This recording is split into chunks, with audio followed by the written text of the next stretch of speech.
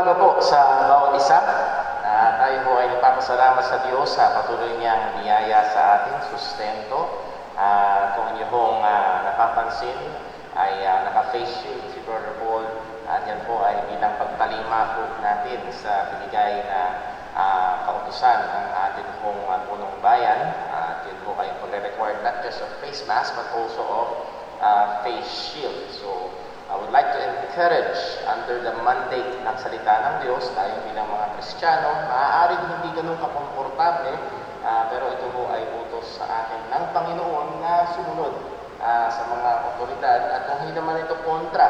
Maaaring hindi lang tayo komportable, pero hindi kontra sa salita at katotohanan ng Panginoon, and we should be obligated to do or to obey those mga tamang-tayang patakaran po. At so dito po sa church, at yun mo pala, good news, we are under MGCQ, Modified General Community Quarantine. So ang isang mahalaga ito yung modified na. So from 10%, and I praise God, hindi iniwan ang churches. Noong mga nakaraang buwan, iwan ang churches. 50% na ang ibang mga lugar, pero ang mga churches 30% lang. Pero ngayon mo, isnabay na nila 50%. And that is very, very good sa atin because yes, we must take care of our physical health, pero alam natin, hindi lamang physical health ang mahalaga, lalo na bilang mga Kristiyano, kundi mahalaga din ang spiritual nating kalusugan. At para sa ating spiritual na kalusugan, in the wisdom of God, itinakda niya na dinisenyo niya na ating kailangan ang pagpipon-pipon bilang mga mananampalataya. So tayo po ay nagpapasalamat sa Diyos sa bagay na yan. Expecting other brethren to come, maybe later on, tayo po ay sama-sama. At sinisikap natin sa ating church, sa ating mga kapatiran na sa mga tahanan, maaaring hindi din nakikita, naka-physical distancing mo kami, naka-face mask, face shield, at meron tayo mga hand sanitizers, meron tayong logbook ng mga dumaan dito sa church.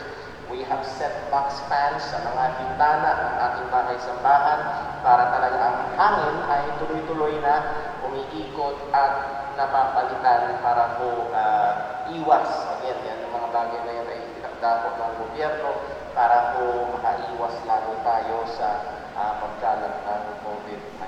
So, we praise God na available ang mga bagay po na ito at lalo po tayo nag-iingat. Okay, so bago po tayo, masisimulan tayo sa ating pong Sunday School, at nawa ay maging blessing sa atin ang ating pag-aaral ngayong umaga. Pero bago po yun, awitin po muna natin ang books of the Bible, and then we will sing, Oh, How I Love Jesus.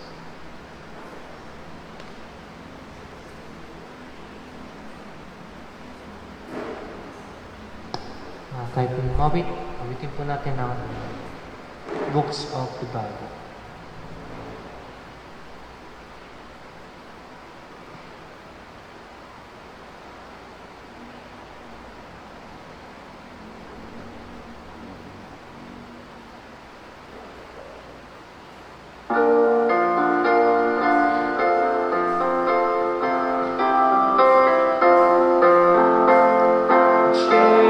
Genesis, Exodus, Leviticus, Numbers.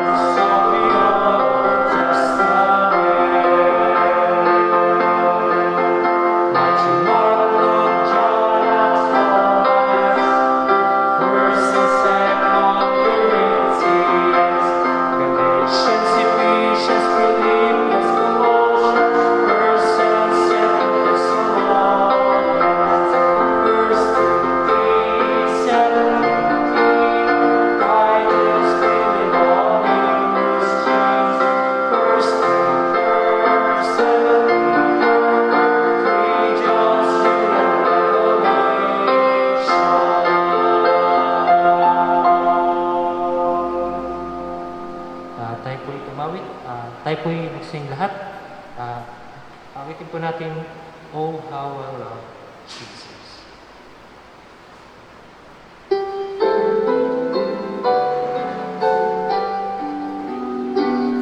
There is a name I love to read, I love to sing its word, its sounds and music in my ear, the sweetest name on earth. Oh, how I love Jesus. Oh, how I love Jesus.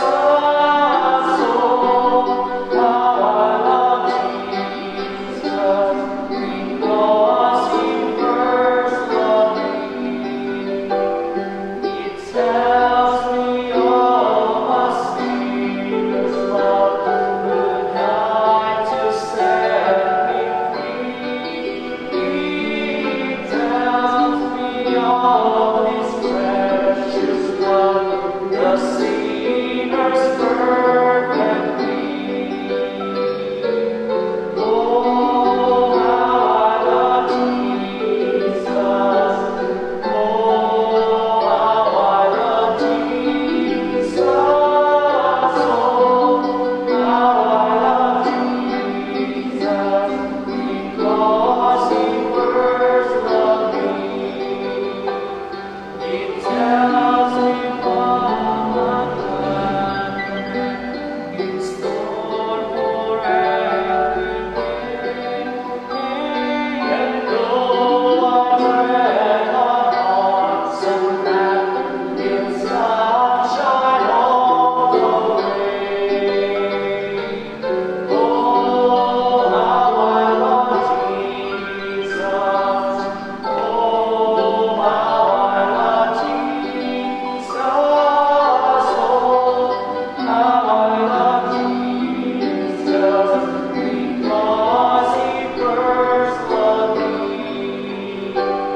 It tells of Father's loving heart and fill my deepest woe with sorrow, wisdom, Lord, that none can bear below. Oh, how I love Jesus. Oh, how I love Jesus. Oh, how I love Jesus. Because He first loved me. Magsipon po lahat.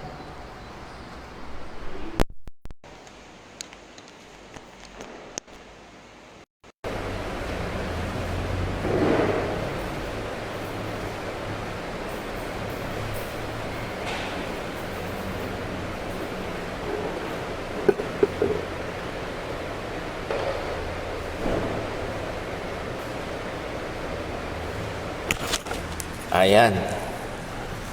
Nagahong nakakapanibago kapag naka-face shield. Ang dami mo kailangang tanggalin. Lalo na kapag magpupunas ka ng pawis o iinom. Nevertheless, yan ho ay para rin ho sa ating dagdag na proteksyon. Well, muli ho, magandang umaga sa bawat isa at sa atin ho mga kaibigan, kapatiran, nakatutok sa ating live stream. Welcome po sa ating hong Sunday School. Tayo ho ay nag-aaral ng salita ng Panginoon, particularly about the fundamentals of the Christian faith. And under the fundamentals of the Christian faith, we are studying about theology proper or the doctrine of God. And under the doctrine of God, we are studying about the attributes of God, mga katangian ng Panginoon. At particularly, napag-aralan na ho natin ang aseity or the independence of God. And I hope na naaalala ho natin ang mga pinag-aralan ho natin na ito. Immutability, ang Diyos ay hindi nagbabago. Infinity, ang Diyos ay walang hangganan. Eternality, ang Panginoon ay eternal. Pagdating sa pagiging eternal, hindi lamang ito walang katapusan, kung hindi sa Diyos, wala siyang pasimula. And then we studied about the omnipresence, omniscience, and now we are looking at the omnipotence of God. At when we study about the omnipotence, that means God is all what? All powerful. Ang Diyos ay makapangyarihan sa lahat at nasa Kanya ang lahat ng kapangyarihan. And borrowing from, I believe, sino ba ang nagsabi? Hindi ko na maalala kung sino nagsabi. Nakalimutan ko na kung sino nagsabi. Divine omnipotence and divine sovereignty always goes together. Sa kang otoridad, hindi mo pa rin magagawa. Kung meron ka mang otoridad, pero wala kang kakayahan, wala ka pa rin magagawa. When it comes to God, both strength, power, ability, and authority is perfectly, infinitely in God. So that's what we mean when God. And again, borrowing from Wayne Grudem, ang kanyang definition ng omnipotence is God is able to do all His holy will. Ayan, napakahalaga ho. At nawa, lagi nating alatandaan yung bandang dulo na yon. Hindi lang basta God is able to do all, God is able to do all His. Ano ibig sabihin ng His? Yung Kanya. At meron ng mga tao, ang understanding ng omnipotence, it is for us. Gagawin ng Diyos ang lahat para sa akin, para sa atin. And that is a misuse of with God, nothing shall be impossible. At ang punto nun ay kung kalooban ng Diyos na magbuntis ang isang birhen, magbubuntis ang isang birhen. Walang imposible sa Diyos dahil yun ang Kanyang kalooban. Yun ang Kanyang pinlano. God is able to do all His, and then, hindi pa doon nagtatapos, holy will. At kaya malinaw ho sa Bible, ang Diyos ay hindi nagsisinungaling sapagkat ang pagsisinungaling ay hindi kabanalan. So, sang-ayon sa Kanyang katangian na kabanalan, ginagawa, gagawin, at kaya niyang gawin ang lahat ng bagay. So, I hope yan ho ay maliwanag sa atin. Let's go first to a verse para ho mas lalong mag-solidify sa ating kaisipan ang katotohanan ito. Ephesians chapter 1. And I hope na medyo familiar na ho tayo dito because we have looked at this verse more than a couple of times sa atin hong pag-aaral. Ephesians chapter 1, verse 11. Ephesians chapter 1, verse 11. And meron hong mga tao, and there are even some teachers ng Bible na nagsasabing, ang pagiging soberano ng Diyos, masyadong malalim yan, masyadong malawak yan, hindi ko yan binibigyan mo ng pansin, ang mas mahalaga, love. Well, right here sa Ephesians, in the very first ang ibinungad ni Pablo sa mga Kristiyano sa Efeso is what? The sovereignty of God. So, hindi lang ito para sa mga malalalim na Kristiyano. Ang katotohanan ng pagiging soberano, omnipotent ng Panginoon ay para sa lahat ng mananampalataya. Verse 11, Ephesians chapter 1, verse 11. And ano po ang sabi? In whom also we have obtained an inheritance, being predestinated according to the purpose of Him who what? Who worketh all things after the counsel of His own will. At kung tayo ay isang mananampalataya and we profess to believe the Bible, we must understand and take it to mean kung nung sinabi ng salita ng Diyos, yung nung sinabing all, who worketh all things after the counsel of His own will. Not some things, not many things, but all things. Well, bago ho tayo magpatuloy, mag-pray ho muna tayo. Panginoon naming Diyos, aming Ama, muli pinupuri ka namin. Ikaw na dakila. ikaw na independenteng Diyos, hindi ka nangangailangan ng kahit na ano o kahit na sino. Ikaw na Diyos na hindi nagbabago, walang hanggan. Ikaw, Panginoon, na may alam at nasa iyo lahat ng kaalaman. Ikaw, O Diyos, na nasa lahat ng dako at alam namin na kahit ngayon sa daling ito, ikaw ay naririto kasama namin. At ikaw rin ay kapiling kasama ng aming mga kapatiran, maging mga nakatutok sa amin pong live stream.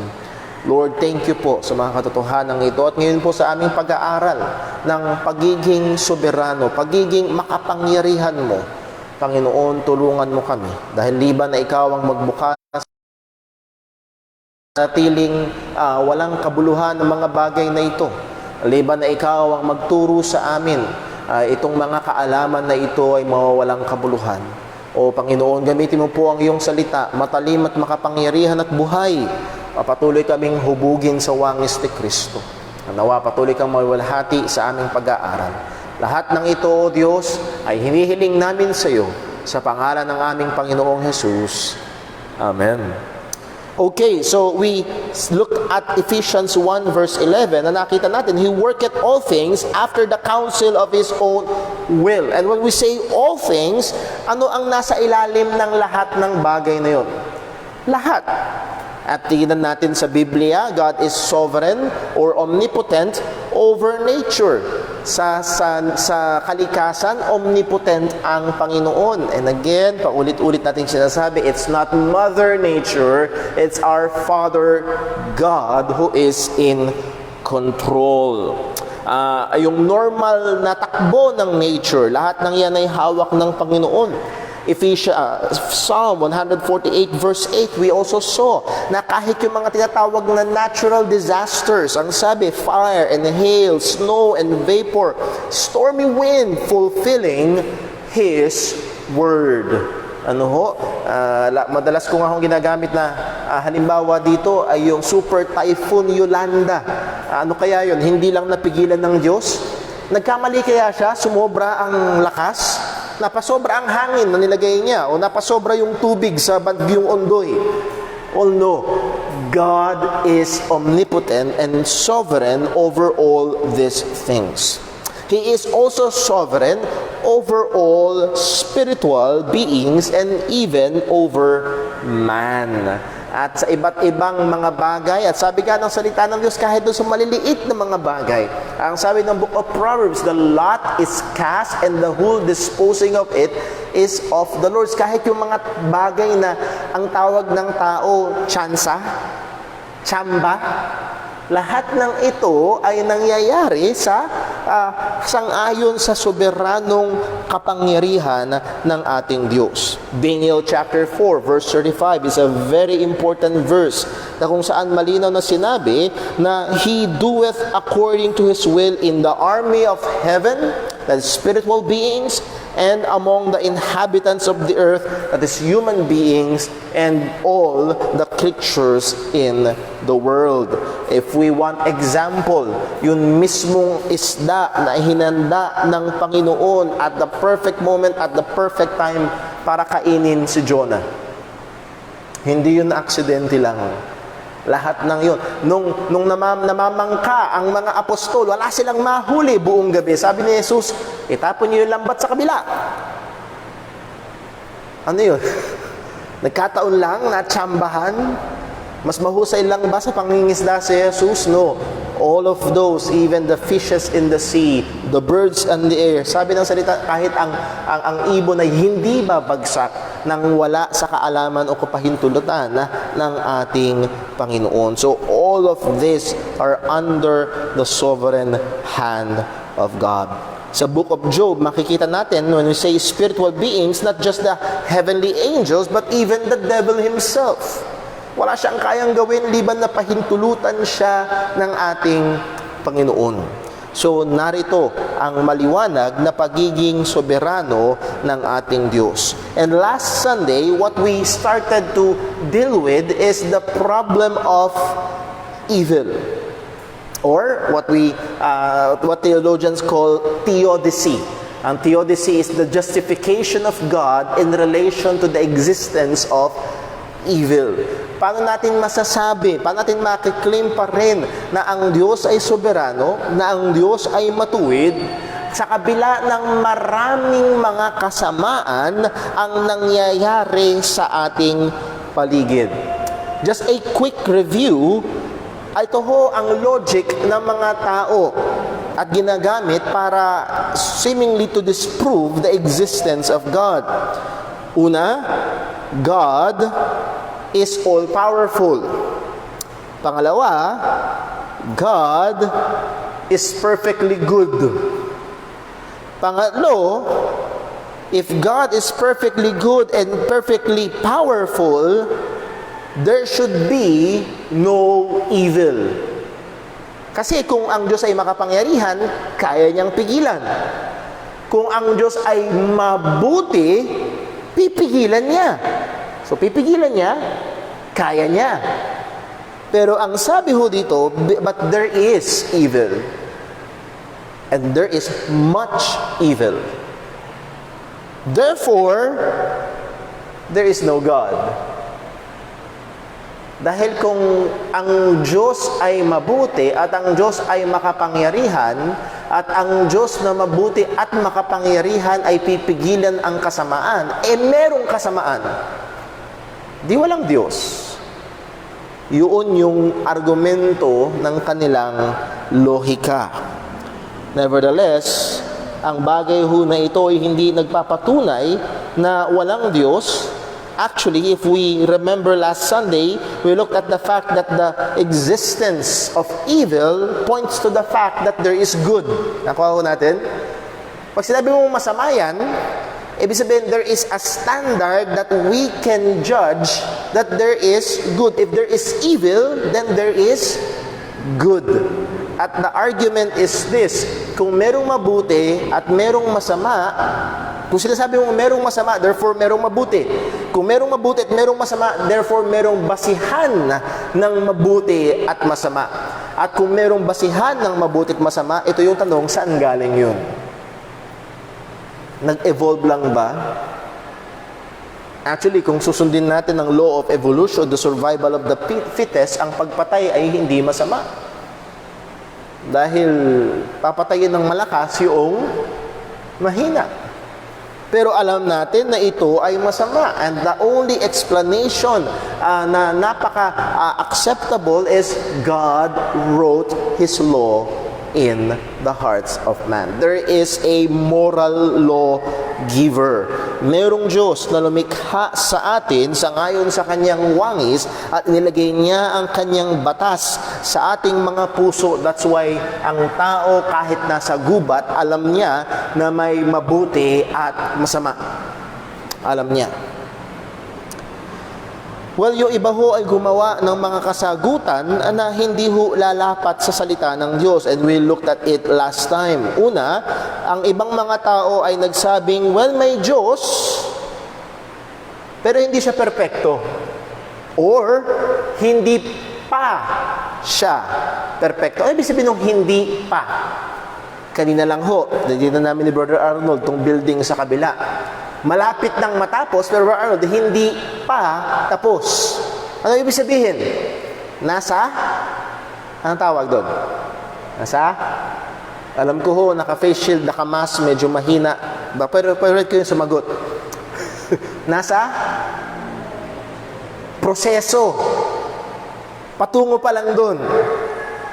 And meron ho ang tawag ay process theory. Hindi ito proseso ng teolohiya, kung hindi ito yung nagtuturo na ang Diyos ay nasa proseso. Hindi pa siya perpekto, siya ay patungo pa lang doon. At dahil hindi siya perpektong makapangyarihan, ibig sabihin hindi niya kayang pigilin lahat ng masama. At dahil hindi pa siya perpekto sa kaalaman, and that is open theism, that is, future is open. Ang hinaharap ay open sapagkat hindi alam at hindi kontrolado ng Diyos ang hinaharap. Dahil kung hindi mo alam, mo makokontrol. Ang buong mundo ay nagulat noong January. Pumutok ang COVID-19. Pagdating ng March, nasa Pilipinas na. Sino mag-aakala na magsapasko tayo na naka-face shield, naka-face mask? Hindi natin alam. Kaya hindi napigilan. At ganoon ang ideya ng mga tao, ilang mga tao, may ilang mga theologians na yun ang paliwanag nila, kaya may masama kasi hindi alam ng Diyos. That is open theism. Or hindi pa kaya ng Diyos, nasa proseso siya ng pabuti pa lang ng pabuti, nag-i-improve. Parang bata, si Timmy, nakakalakad na. Minsan, mula dito, nakakatawid na siya dyan. Nakakalakad na. Pero madalas siyang tumutumba. Pero nag-i-improve. At yun ang ano nila sa Diyos. Nag-i-improve siya. He's in the process. Pero hindi siya perpekto. Kaya meron pa rin masamang nangyayari. And again, ang punto ho natin last time, ang common factor nito is it is making God more like man. Tama ho ba?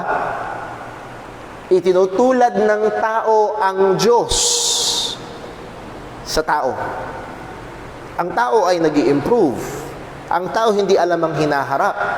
Kaya ang tao ay nagkakamali, nagkukulang dahil sa mga ganung kalagayan. Isa yun sa mga kalagayan. And ang naging pagrarason ng mga ilang mga tao ay, well, ganun kasi ang Diyos. Kaya hindi niya nape-prevent ang evil. So this is called the imperfect God or process theology, or isang tawag ko dito is open theism. Pangatlo, metaphysical theodicy. That means they make evil necessary. If for every yin there is a yang. Again, naalala niyo yung bilog na may puti tapos black. The balance of good and evil, because there is good, there must be evil para daw balanse. Okay? Yun yung katuruan ng yin and yang. Yan yung Zoroastrianism. Merong ilang mga nagpapakilalang supposedly mananampalataya. Yun ang kanilang yun ang kanilang tinatayuan. Pero kagaya nung nakita rin natin sa nakaraang Sunday, this is not acceptable. Why? Because there was and there will be a time that there will be no evil. There was no evil before Satan fell. As far as we can find in the scripture. There will be no evil in the new heaven and the new earth. There will be none. Dahil gagapiin ng sama at ay tatapon sa dagat-dagatang apoy at asupre at doon na sila magpakailanman. So evil is not necessary. Or tayo natapos na nakaraang Sunday, ang tawag ho dito is autonomous theodicy. Autonomous theodicy. At ito ay more concerned sa tao. Ano itong autonomous theodicy? God, in His omnipotence, gave man free will. At depende sa paggamit ng tao ng free will, resulta ang mabuti at masama. So dahil sa free will ng tao, kagaya ni Eva at Adan, sangayon sa kanilang free will, pinili nila ang masama. At nagkasala sila sa Panginoon. Well, ang katuruang ito ay nagsasabing ang soberano ay hindi ang Diyos kung hindi ang tao. Ang mga taong humahawak ng ganitong katuruan ay nagsasabing tila baga ito ang larawan. Itinali ng Diyos ang kanyang kamay sa likuran at ang pangtali ay free will ng tao. At dahil may free will ang tao, hindi ko pwedeng pakialamanan. Para bang yun ang pinaka-the best. Yun ang pinakamaganda at never, ever, ever itong isusupersede ng Panginoon. Well, again, I hope sa ating isip, sa ating mga napag-aralan na nakaraan, meron agad, teka muna, Brother Paul, di ba, kakabasa lang natin, kakasite lang natin nung Daniel chapter 4 verse 35, He doeth according to His will in the among the armies of heaven and among the what? The inhabitants of the earth. Hindi ito lumalapat sa pinapakilala ng Biblia na Diyos na soberano at soberano siya maging sa mga desisyon ng tao. Proverbs chapter 21, if I remember correctly, buksan lang ho natin. Proverbs 21, even those people whom we call powerful, who are those powerful people? Well, those who are in authority. Those who are in authority. Mga nasa matataas na kalagayan, mga presidente, mga prime minister, mga politiko, mga hari. Anong sabi ng Proverbs 21 verse 1? The king's heart is what? In the hand of the Lord. As the rivers of water, He turneth it whithersoever He will.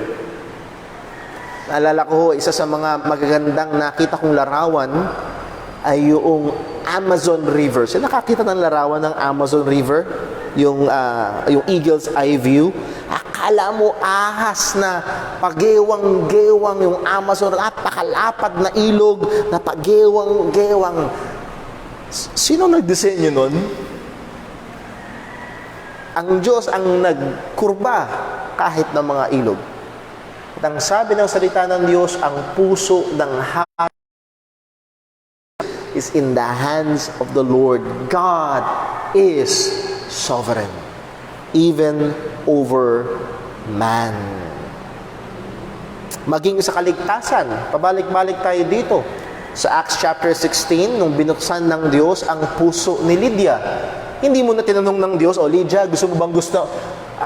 Buksan na nga natin. Acts chapter 16.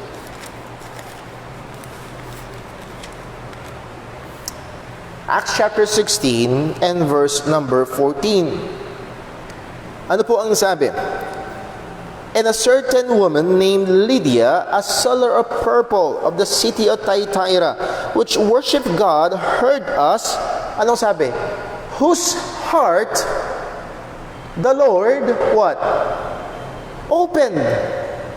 Hindi naman tinanong muna ng Diyos, Lydia, gusto mo bang buksan ko yung puso mo? Kasi ayokong i-supersede, ayokong i-overrule ang iyong that's the word. Ayokong i-bypass ang iyong free will. No. At yun namang iba sasabihin, well, Brother Paul, kaya naman binuksan ng Diyos ang puso ni Lydia kasi si Lydia ay talagang given na, handang-handa na siya. Well, kung handang-handa na siyang tumanggap sa Panginoon, bakit pa kailangan buksan ng Diyos ang kanyang puso? Well, actually, ang mababasa natin sa Biblia ito, walang taong humahanap sa Diyos at ang Diyos na soberano ay kailangan munang kumilos sa isang tao at yung pusong ayaw sa Diyos, kailangan niya munang buksan para ang taong ito ay sumampalataya sa Ebanghelyo. So, lahat ng ito, ang punto ito, the autonomous theodicy is false. Hindi natin sinasabing walang freedom of decision ang tao. Pero ang sinasabi ho natin, ang Diyos ang soberano at hindi ang desisyon ng tao. Yes, man makes decisions. Yes, man is responsible and will be held accountable sa mga desisyon na kanyang kailangan o na kanyang gagawin. Hindi pwedeng sabihin ng isang tao, gumawa siya ng, halimbawa, isang young people, nagdesisyon siyang mag-asawa ng hindi Kristiyano, tapos nagkawindang-windang ang buhay niya. Well, kasi ito yung niloob ng Diyos sa akin na mangyayari. Yes, in a sense, ito yung nangyari dahil sa kalooban ng Panginoon. Hindi niya pwedeng sisihin ang Diyos. Nagdesisyon siya. So man will be held responsible, but God is still sovereign. Ang Diyos ay soberano. So again, autonomous theodicy is not acceptable. So nakita ho natin, ang problema sa mga efforts na ito, na pinapaliwanag o sinusubukang paliwanag ang problema ng kasamaan or the problem of evil is they do not fit the truths of the Word of God.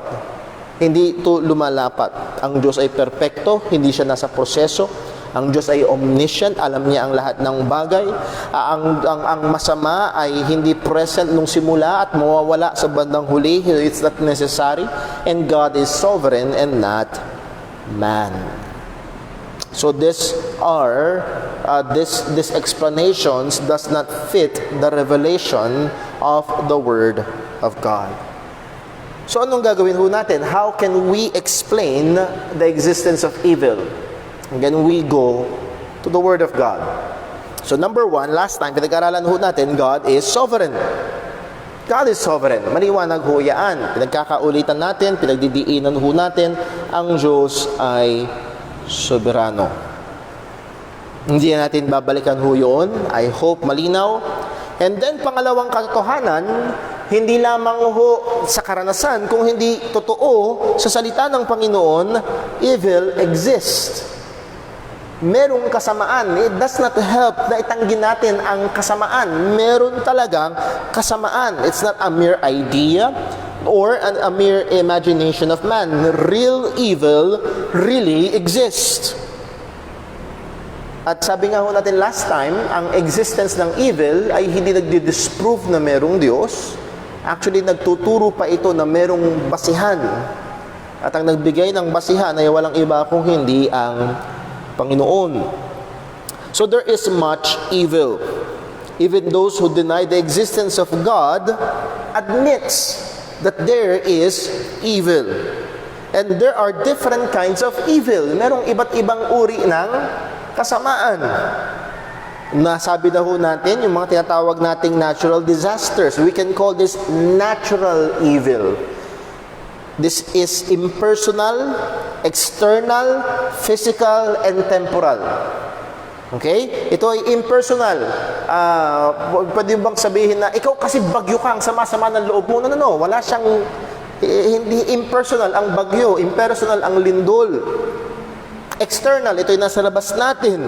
Physical, ang much more na tinatamaan ito ay ang physical nating kalagayan o mga property, damage to properties, ika nga.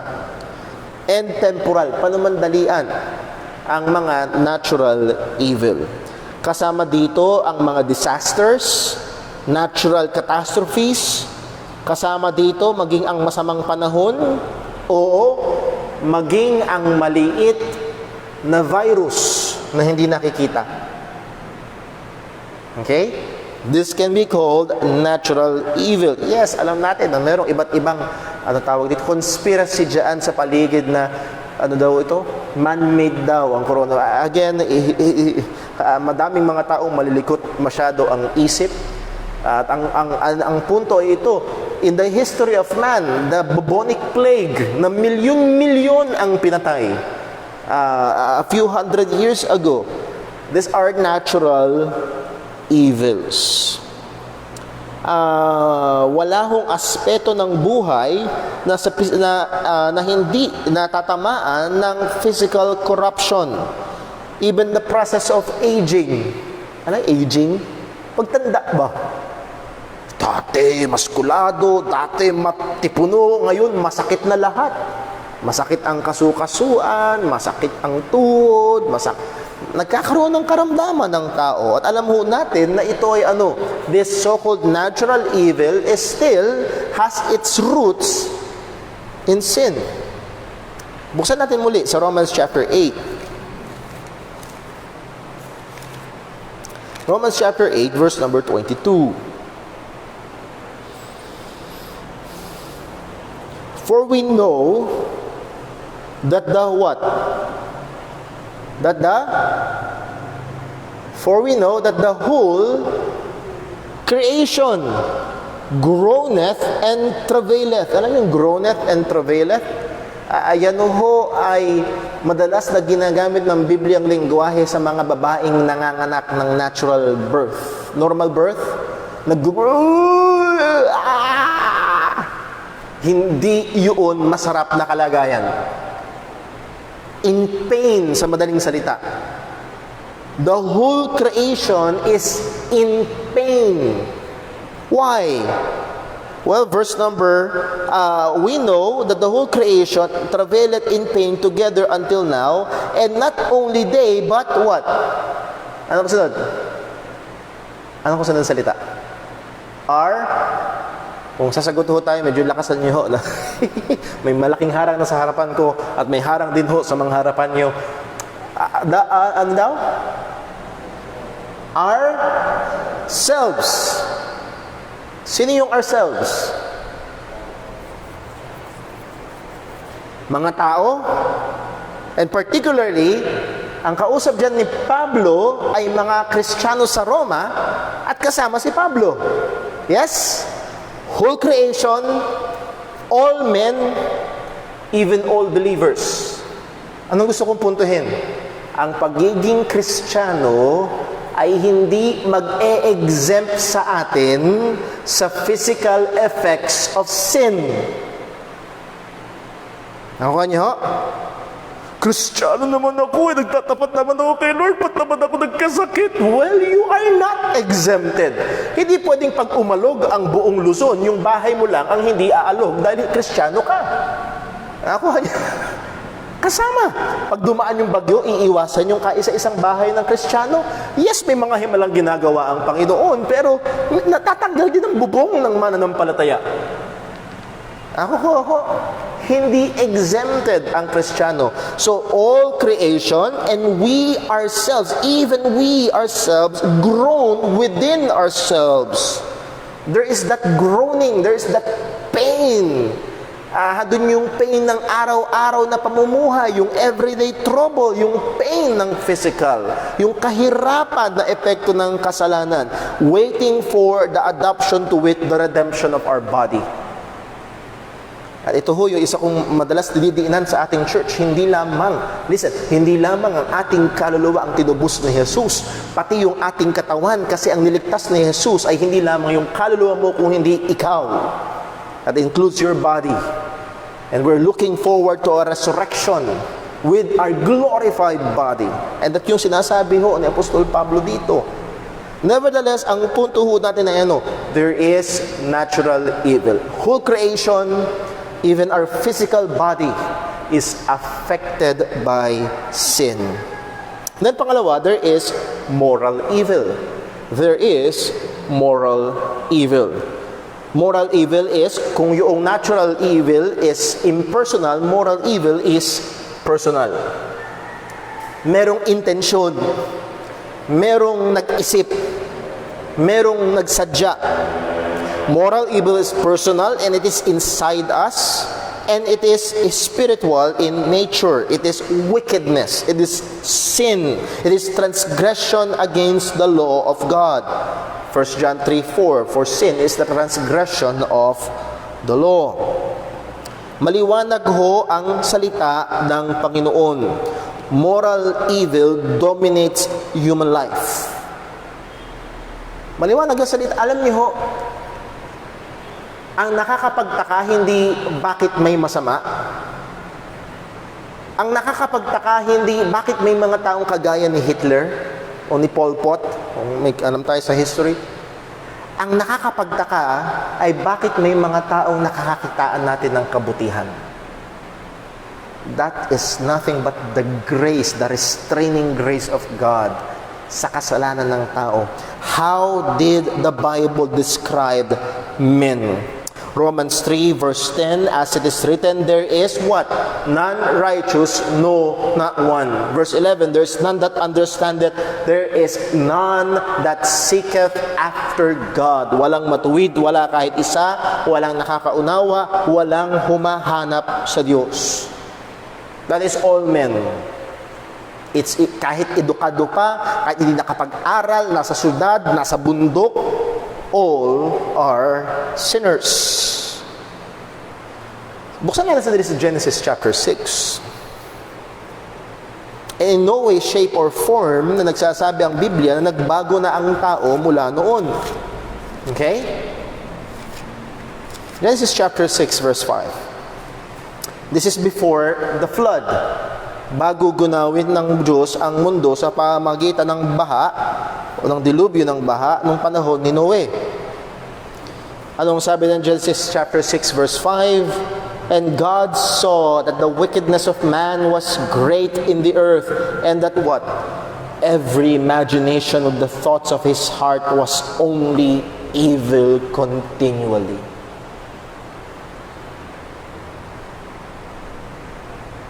Alam niyo ho, may mga tao na nagsusubok magsulong na pwedeng patayin ang bata, hindi lamang sa loob ng tiyan, kung hindi kahit 1 year nang nakakaraan ng pagkapanganak.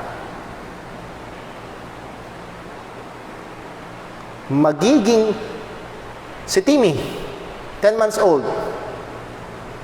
magkakaroon ako ng karapatan. May nagsusulong ng ganun. Hindi sa Pilipinas, sa mga Western countries. Yung abortion, why limit abortion in the womb? Pwede pa rin i-abort ang bata kahit nasa labas na. Is that not evil?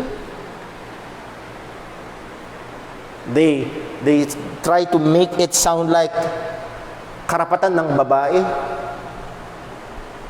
na mamuhay sa paraan ng gusto niya.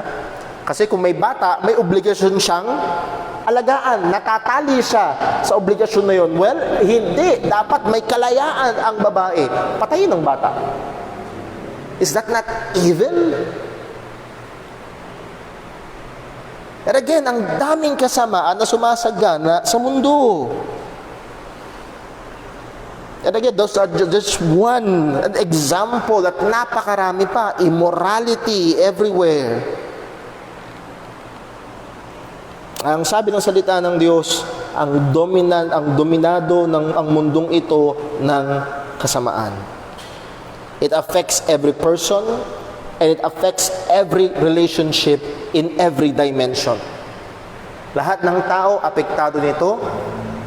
Again, iba't ibang edad na nandito sa church, lahat ho tayo in one way, shape, form or other ay nakaranas ng moral evil. May gumawa sa atin ng masama. Halimbawa, nasa eskwelahan ka, may naglagay ng chewing gum sa upuan mo. Ginawan ka masama, nagsinungaling sa'yo, niloko ka. Ginawan ka ng masama. Or in every dimension, every relationship, husband to wife, parents to children, children to parents, neighbor to kapwa neighbor, any and every relationship apektado ng moral evil. Isa ho sa mga tumaas, bumaba ang krimen sa lansangan. Bakit? Nasa loob ng bahay ang mga tao. Guess what? Saan tumaas ang krimen? Sa loob ng bahay.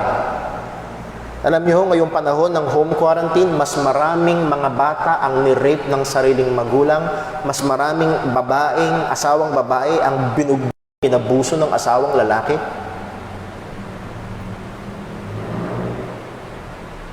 There is evil.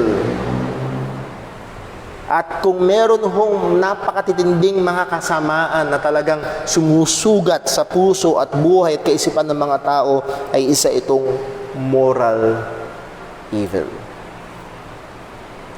Well, there's not just natural evil, there is also supernatural evil, or we can also call spiritual evil. This is demonic evil. Mga demonyo, si Satanas, at lahat ng mga anghel na nagrebelde laban sa Diyos na sumunod kay Satanas. So 1 John 5:19 ang sabi, and we know that we are of God, and the whole world lieth in wickedness. Well, actually, pag tignan nyo sa Greek, meron yan definite article, lieth in the wicked. In particular, the wicked one. At nagkakaisa ang karamihan ng mga komentaries ng Biblia na ang pinupunto nito ay si Satanas. The whole world lieth, or as of now, under the power of Satan. And he is called what? The small g, God of this world. Oh, tika na, Brother Paul, di ko talagang may Diyos. Bakit si Satan ang God of this world sa ngayon? Again, let us use the life of Job as an example. Walang magawa si Satanas libang pahintulutan ng Panginoon. Therefore, we can conclude that Satan is, small g, right now, the God of this world. Why? Because it is allowed by God. It is still under. Huwag niyo sanang alam niyo ho, ang ating presidente galit na galit sa droga, pero hindi pa rin niya masugpo. Right? Hirap na hirap pa rin. At sana wag nating isipin na ang Diyos parang frustrated na NBI agent na hindi maare-aresto si Satanas. Napaka-tuso kasi. Napaka-tricky kasi. No. It is all under the sovereign will of God. 2 Corinthians chapter 4 verse 3. Buksan ho natin. 2 Corinthians chapter 4 and verse number 3. Ano po ang sabi? But if our gospel be hid, it is hid to them that are lost. In whom what? Again, small g, God of this world hath blinded the minds of them which believe not. Again, maliwanag sa verse 4. Satan is active. Or if I may say, has an influence sa mga taong ayaw sumampalataya. They might be very morally good people sa ating standard, pero ayaw nila, tinatanggihan nila ang ebanghelyo because what? The God of this world. Maaring relihiyoso pa, simba ng simba, linggo-linggo, pero ayaw sumampalataya kay Kristo. Why? Because the God of this world is active. He has blinded the eyes of them that believe not, lest the light of the glorious gospel of Christ, who is the image of God, should shine unto them. The point is this: there is supernatural, spiritual, demonic evil. At tayo mga Kristiyano ay nakikipaglaban dito. Yes? Ephesians chapter 6 verse 12. But po ang sabi ni Apostol Pablo, Ephesians 6 verse 12, for we wrestle not against flesh and blood. Hindi pisikal ang ating labanan, but against principalities, against powers, against the rulers of the darkness of this world, against spiritual wickedness in high places. Anong makikita natin sa verse 12? What is the common factor when it comes to our struggle with evil? They exert rule. They want to exercise authority and control. Listen, against powers, principalities, rulers in high places.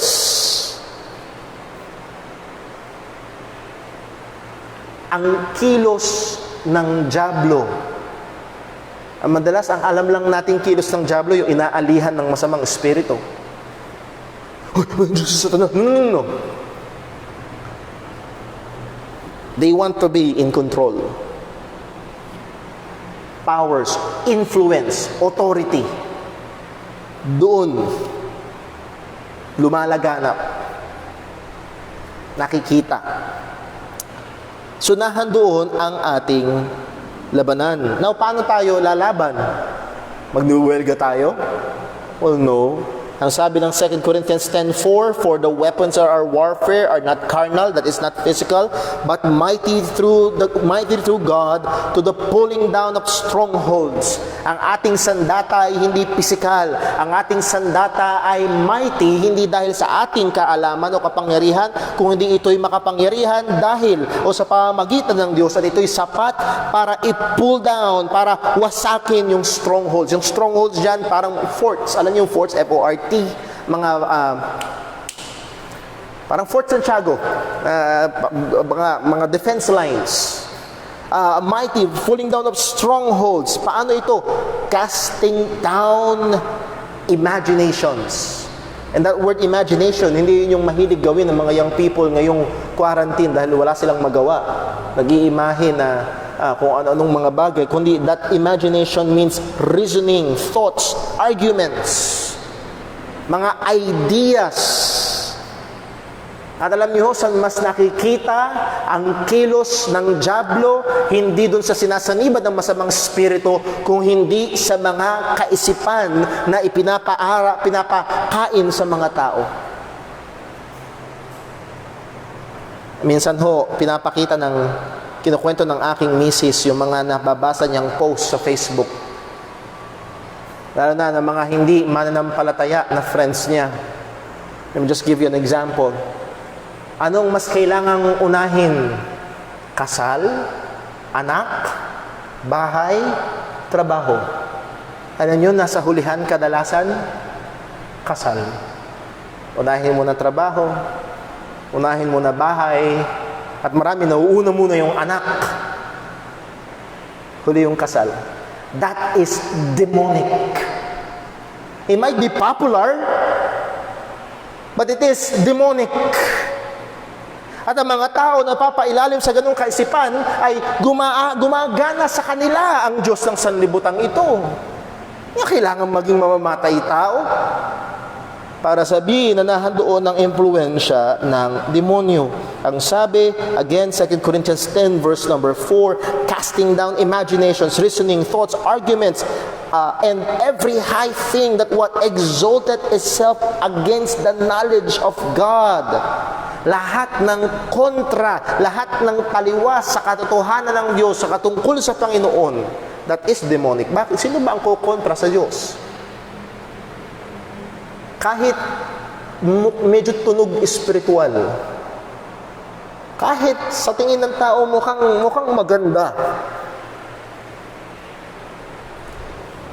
kahit gawin sa ngalan ng pag-ibig, di ba God is love?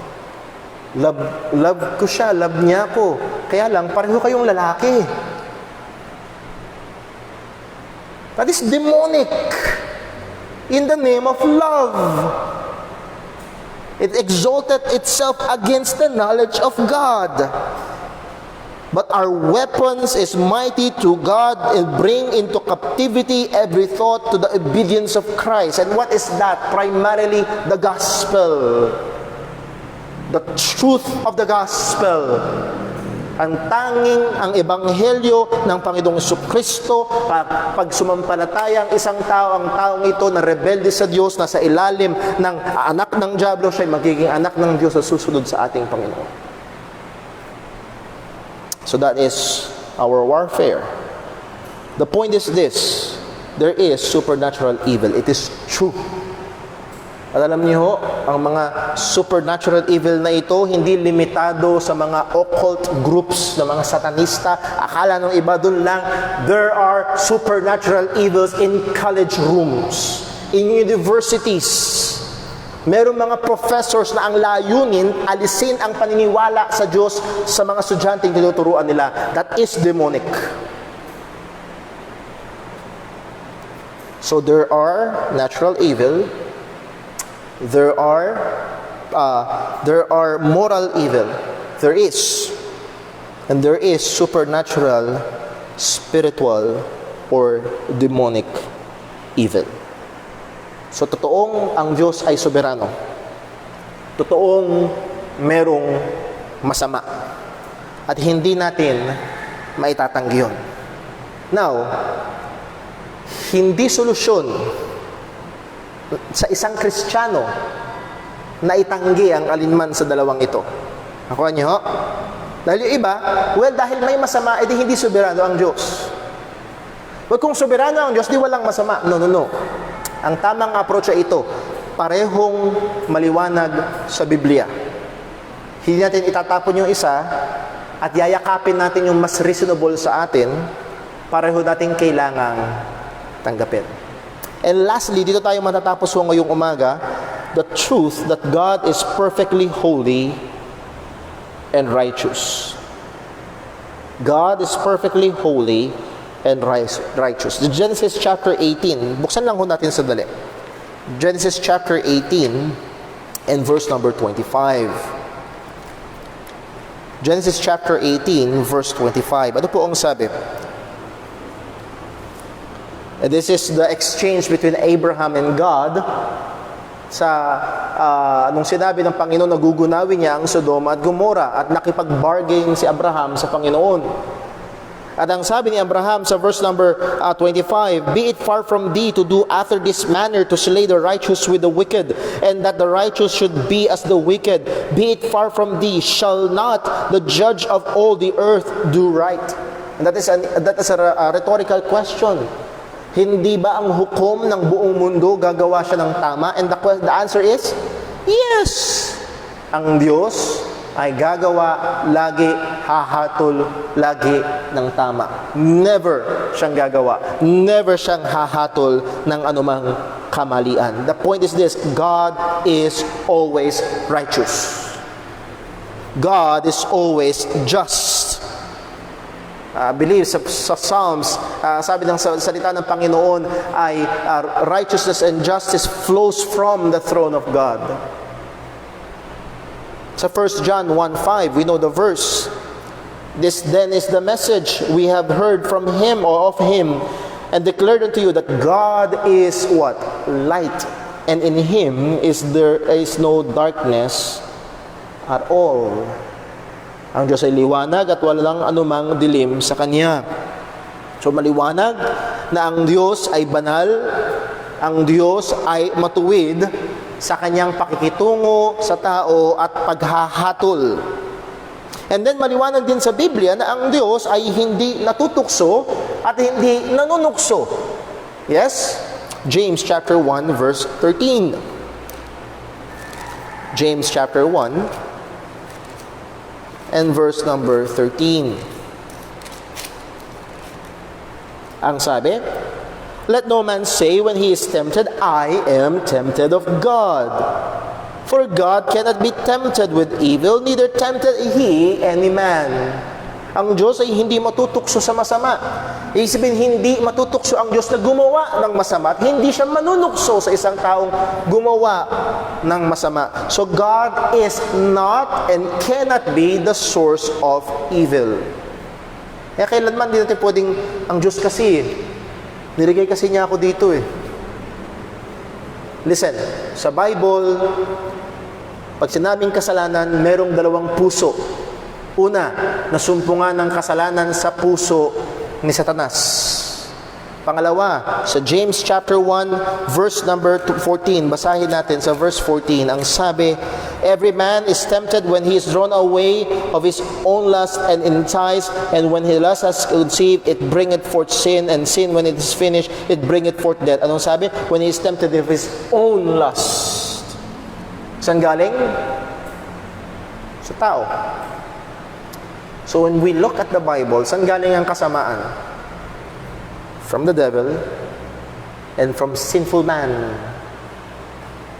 Dahil ang tao ay makasalanan, hindi ito manggagaling sa Diyos. So here are 3 important truths. Pagsamahin natin. Evil is real. Totoong may masama. Nakaranas tayo lahat. Nakikita natin lahat. Ang Diyos ay soberano. Maliwanag sa Biblia, ang Diyos ay soberano. And then pangatlo, ang Diyos ay perpektong banal at matuwid. Walang anumang kadiliman sa Kanya. Again, sabi ko nga ho kanina, merong mga tao, ang kanilang tendency, dahil hindi mag-fit sa isip nila. Nakuha niyo? Ang Diyos ay soberano, ang Diyos ay mabuti, banal at matuwid. Merong masama, hindi mag-fit. Anong gagawin nila? Itatapon nila yung iba. Hindi matuwid, hindi mabuti ang Diyos. Or, hindi soberano ang Diyos. Nakuha niyo? Mabuti siya, matuwid siya, pero hindi siya soberano. Dahil hindi mag-fit sa isip ng tao. This is our approach.